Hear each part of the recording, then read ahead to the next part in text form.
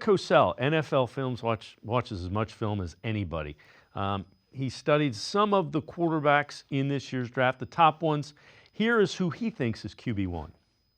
I've done 3 quarterbacks in detail that I'm done with at this point, and I've watched probably 20 plus games of each of them. So 3, I've done Cam Ward, I've done Sanders, and I've done Jackson Dart. Okay, how do they stack up? Those 3, to me, I would say that Ward would easily be my number 1 of those 3. And I do think that Ward is worthy of a top pick.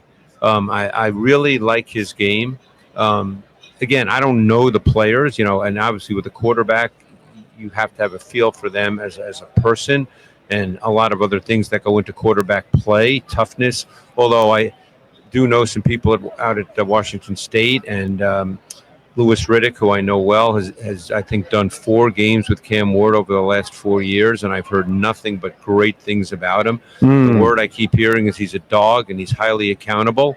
So, those are real positives. But to me, Cam Ward, based on just solely tape, without those other things, which I'm hearing from other people, I think Ward really looks like a good prospect to me.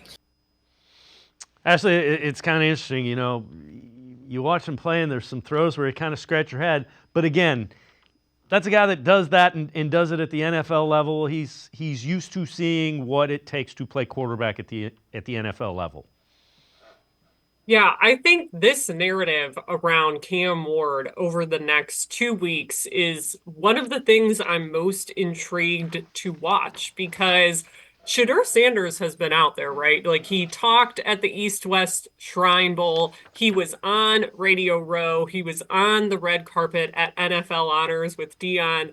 But Cam Ward has not really been out and about doing interviews. And I think when we talk to quarterbacks at the Combine next Friday, you might really see to start things shift, because that's going to be his first big media session that he's doing throughout this process. And you saw his comments, obviously, from earlier in the week when he was talking about, why he thinks he's worthy of the top pick as well. And again, I think that those are some of the first comments we've heard from him throughout this pre-draft process so far. So I'm curious to see it seems like Shedeur Sanders has his own narratives going, obviously, about himself, not competing with one another necessarily, but you just talk about who's being talked about, in what ways are they being talked about, in what way are their games being talked about.